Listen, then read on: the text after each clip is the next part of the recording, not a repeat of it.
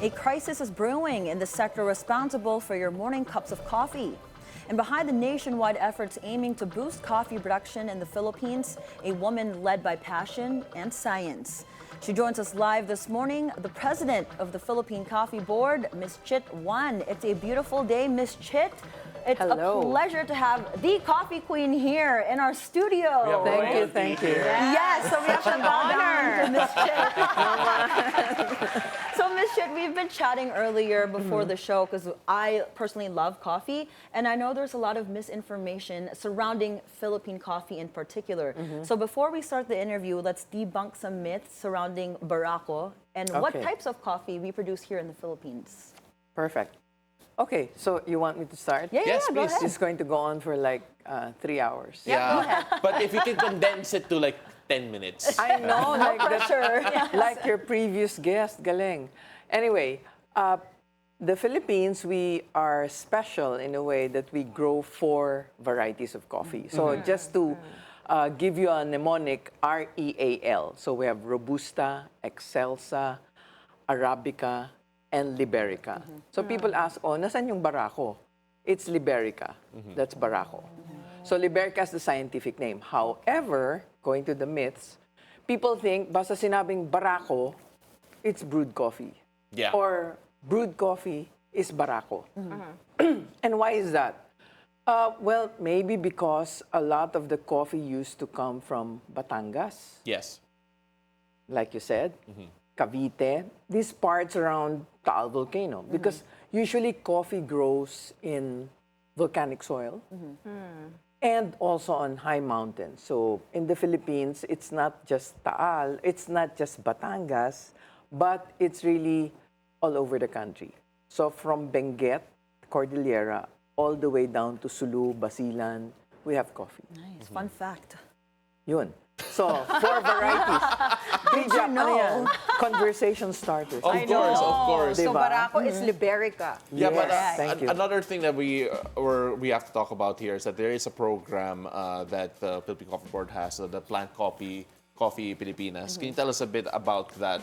Well, before the pandemic, we thought that since everybody, all the young ones, the Gen Zs, Gen Alpha, everybody's into the coffee shop trend, Yeah. tasting coffees, cupping coffees. Well, who's going to plant? Right. No, so we consume, just for perspective, we consume about almost 200,000 metric tons of coffee. That's a lot. Oh my gosh. Guess how much we're producing? About 30,000. Wow. So that 170,000 metric tons comes in instant coffee, comes in coffees from all over Indonesia, Yeah. Vietnam. But this year, especially, climate change has caused coffee farms around the world to have decrease in production. So, manginginig na tayo. Di ba? Yes. Hindi pa tayo nagkakape, manginginig na tayo. Yeah. Because coffee is going to disappear you know, Right, if we right. don't plant. So, sabi namin sa Philippine Coffee Board, we've been here for 22 years. We have to start planting coffee. Yun. And so we have to teach people how to grow seedlings, how to make community-based nurseries, so that they don't have to buy the seedling. They can actually, you know, if you buy coffee fruits, then you can sow your own seeds and make your own coffee. Hindi lang hydroponic. This has to be soil-based. Yeah. Right. Well, the soil matters. It feels a bit more complicated to make, considering yung coffee beans. You mentioned the volcanic soil and kailangan certain areas, certain climates. I say volcanic because it makes it easier. Yes. But there are some places with no volcanoes that still have, like, I don't know if Mount Apo is a volcano, but Canlaon definitely is a Canlaon, yeah. volcano. So Negros has got good coffee. Negros, Iloilo, Negros Oriental, Occidental. So volcanic soil is good, like they have in Hawaii. Yeah. In other places like Indonesia, they have all the erupting volcanoes there, di ba?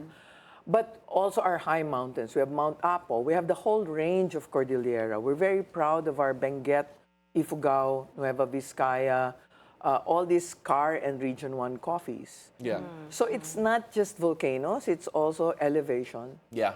And I guess we're we are blessed. The Philippines kasi belongs to what The we call coffee the belt. coffee belt. Yeah. Yes, so not everybody can be in the coffee belt. Actually, my question was actually going to be, when you compare to our neighbors, Vietnam in particular, and Indonesia has so much coffee that a lot of people rave about around the world, where you look at Java, Sumatra, or if you take a look at how Vietnam brews their Robusta in particular. Why is it the Philippines is not at that level of production here compared to our neighbors? Well, a lot of our coffee lands went to golf courses because they're near. They're near the city. So that's one. Number two, coffee is, you have to be patient. It's a crop for the patient because it doesn't fruit in 18 months. Some varieties do, but most will fruit in 3 years. But with climate change, who knows, no? The seasons are crazy.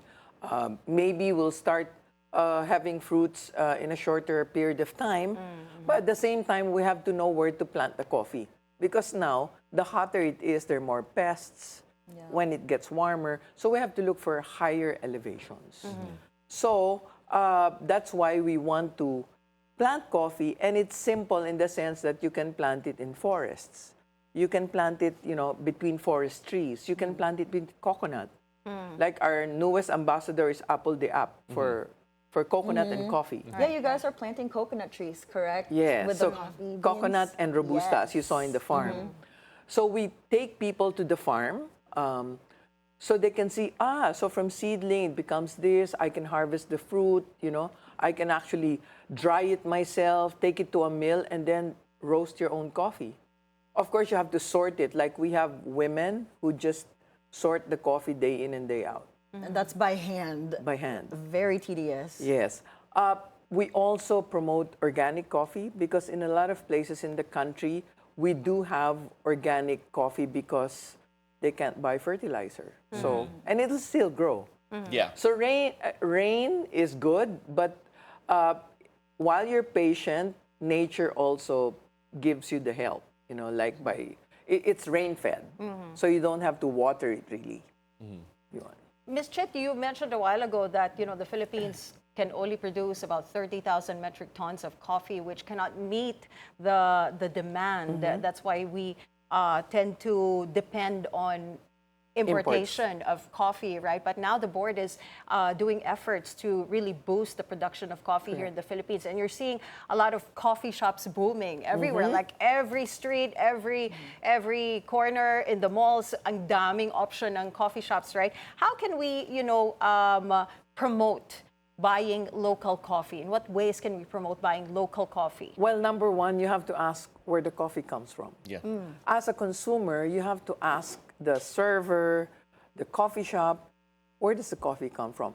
And the more Philippine coffee you ask for, the more our farmers will benefit from this. Right. But if you just say, kape nga, if you don't care, you see, the consumer is a co-producer. If you ask for it, then people will supply it. Right, right. And now people want to know the origin. They want to know the process. But specialty coffee is a small part of the whole coffee demand or the market. So what we want is for Barako to be known internationally, which is gaining ground now. Our Robusta, which is about 90% of our production, to increase. So we don't mind planting Robusta in coconut areas. If they're lower, we can plant Robusta, Barako, and Excelsa. So we have 3.6 million hectares of coconut land. So imagine that even 10% will have 360,000 hectares of coffee. That's very good for us. And from start to finish, when we talk about planting coffee till it gets in your cup, typically how long is the timeline? That's about 3 years. Okay. So what you need to do is give the farmer or the farm owner cash crops. So coffee can grow with banana, with papaya, peanuts. So while you're waiting for the coffee to fruit, you can actually have unlimited papaya, banana, which I have. Papaya, banana, peanuts. We plant a lot of fruit trees. And then for Arabica, you've got pine trees. So there's a lot of things to do with pine trees also.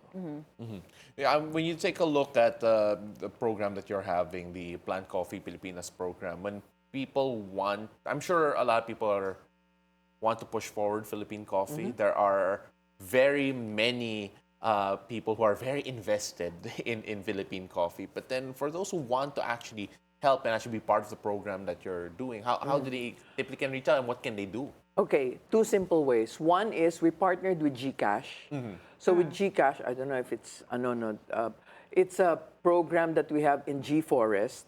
If you press the G Forest, you can get your energy points and we'll plant the coffee for you. Oh, wow. Okay. So with GCash, you're almost 300,000 trees already, 95,000 planted on the ground. And kasi we have to face it also. No? Yes. And GCash, our G Forest partnership starts in Benguet in the north and all the way to Sulu and Basilan in the south. So all over the country, GCash. Second is you can talk to GCash to be the third party who will help them because we already have the system. Okay, we monitor the farmers, they submit reports, they geotag it, so you exactly know where your tree will be planted. So those are the two ways. Your company can also partner with GCash. And then third is you can start your own coffee farm. So we can teach you, we offer training, coffee establishment, coffee farm establishment, nursery establishment. So just find us, in social media, in Instagram and Facebook. And a lot of people start by going on a tour. Yes. Like Mo I did. went and I'm obsessed. I love her farm and I actually want to have my own farm. Yes. I'm going to buy the lot next to Miss Chit. Yeah, so you can actually start a little farm, but then you can plant. Coffee grows with almost anything. We don't really want monocrop, like just coffee. Just one. Yeah. We want shade, so you can put madre de cacao, you can put a lot of trees around the coffee. So it's friendly, it's rain-fed, and all you need to do is prune it regularly, so anybody can start a coffee farm. Yep, I'm definitely doing that soon. But Miss Chit, you recently had a talk. It's Women's Month still. It's not yet the end of March. We're almost there. But you recently had a talk about women and coffee. So can you tell us how the two are related? Well, women play a big part in the whole, what we call value chain of coffee, from fruit to cup. So we have women farmers. While the men help them, till the soil, the women sow the seeds. Everything that needs like micro details, women sort the coffee. You put men, they will, but the women We're are not good at it, sorry. it's and then cuppers, women cuppers, they say that we have more, because anthropologically, I think as mothers, you have to taste first what you give your baby. Yeah. So women are blessed with... So you have more taste. Parang well, sensitive taste buds, I guess. yes, or receptors. Yes. Biologically, Yeah, more taste buds, I think. Yeah, right? so women cuppers, I think, can taste notes that probably the men won't. But I'm not discriminating. Yeah. Men can, of course, say it's chocolate, caramel, etc. But a woman might say there's baked Alaska or sinigang in it. I don't know. So specific. So I yan, love mga it. cupping, ganyan Yeah. diba? And then in the sorting and roasting. Kasi in roasting, you have to listen. It's not just looking at the beans. When you roast, like si Ross, she has to listen, she has to look, you have to smell. I mean, it's so sensory. Right. Yeah. Sensory dependent, And then finally, when you make the cup. So when you make the cup of coffee, ang dami, di ba? You have to weigh, grind, but men It's a are science. men are getting to it, so welcome. But that's why we have a group called International Women's Coffee Alliance. And it's a global group in 35 countries. And I'm lucky to be in the board. So they asked me to do the keynote. And so I'm like, wow. And it's going to be in Houston in April in the specialty coffee event. We'll have the IWCA breakfast. So if you happen to be in Houston on April 24th, 5 ba yun? Hala, I forgot, 26. April 26 at 8 a.m. we'll have breakfast. Check mo na yung calendar. kung Yeah, why not? We'll all be there. We won't be here. Yeah, but then just we take a look at all of this, and we're doing this. Well, we're talking to you because we're so curious about the future of Philippine coffee and the growth that's happening right now, and of course, a project that you're helping helm here. But where do you think Philippine coffee is going at its current pace, at its current trend? It's, I think with all the, majority of our population is the younger generation. I heard you don't want to be called next. So let's say the millennials, the Gen Zs, Alpha, Yeah. they're all drinking coffee already. Yeah. Yeah. So what you need to do is just be concerned, where will your coffee come from? And I think with that, just like hydroponics, you can start planting coffee. Right. Because it's for the future of everyone. I mean, yeah. I don't know in my lifetime if I will see our self-sufficiency, but it's a good start. But do you see us keeping up maybe with the global trends and maybe being up there eventually with Indonesia and Vietnam? Asia is the new frontier of coffee. So Indonesia, Vietnam, Myanmar, we have a group called the ASEAN Coffee Federation. We have all these groups in coffee. And we are very active members, the Philippine Coffee Board. So we meet almost quarterly to make sure that Asia is seen by the world as the new frontier of coffee. Now, Ms. Chit, I wish we had 3 hours to talk, but I appreciate you condensing all of that into the 12-minute interview we had. So thank you so much for coming this morning. My pleasure, my and we're absolute excited pleasure. to visit your farm soon. Yes, please do. We offer coffee farm tours. So just message us in our Instagram, and we can do it for a group for a couple, for solo, or for 15 people. Sometimes we have 30. We have to put them 2 batches because Wow. of farm. Yeah. We also want to manage the carrying capacity of the farm. Sorry, what are the social media accounts? Yes. So Philippine Coffee, and then Facebook, it's Philippine Coffee Board, and we're on Threads. We're still on X, but Threads, we're Philippine Coffee also. Great. Well, we'll see you guys all at the farm. Thank you so much again, the president of Philippine Coffee Board, Ms. Chit Juan. Thank you.